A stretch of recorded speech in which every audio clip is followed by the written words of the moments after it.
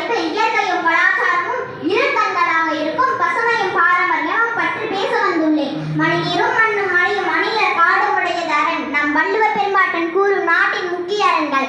தெளிந்த நெல், பறந்து விரிந்த நிலம், உயர்ந்தோங்கிய சிறந்த மலை, எழில் மிகுந்த அடர்ந்த காடுகள். இந்த பிரபஞ்சத்தில் பல கோள்கள் இருந்து பூமியில் மட்டும் உயிரங்கள் தோன்ற காரணம் நீர். அந்த நீரை பூமிக்கு கொண்டு வருவது மரங்கள்.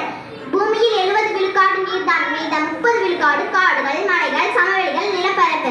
நாம் எல்லாரும் நினைக்கிறோம் மனிதன் வாழ்வதற்கு நீர் வேண்டும், சோறு வேண்டும் என்று. ஆனால் இவை இரண்டையும் விட காற்று மிக அவசியம். நமக்கு சுவாச காற்று, மூச்சு காற்று, உயிர் காற்று, ஆக்சிஜனை தருவது மரங்கள் தான் என்பதை மறந்துவிடக் கூடாது.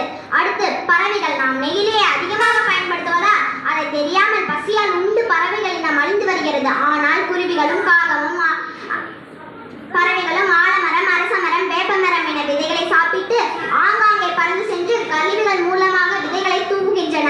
பறவைகள் விதைகளை தூவும் தூதர்கள். பறவைகள் நட்ட மரங்கள் தான் காடுகள், மலைகள், சமவெளிகள் பள்ளத்தாக்கிலும் ஓங்கி உயர்ந்து நிற்கின்றன. அந்த மரங்கள் தான் மேகத்தை அறுவடை செய்து பூமிக்கு மழையாக கொண்டு வருகிறது. மழை துளியாகிறது, துளி அருவியாகிறது, அருவி ஆறாகிறது, ஆறு நீராகிறது, நீரிலிருந்து உனக்கு சோறு வருகிறது, சோறு உனக்கு வயிறாகிறது, உயிராகிறது, வாழ்க்கையாகிறது. அடுத்து வண்ணத்து பூச்சி, தேனீக்கள், வண்டுக்கள் எல்லாம் தன்னை அறியாமல் ஒரு பூவிலிருந்து இன்னொரு பூவுக்கு மகரந்தத்தை கடத்தி கடத்தி கடத்தி பூக்கள் சுருள் கொள்கிறது, கரு கொள்கிறது,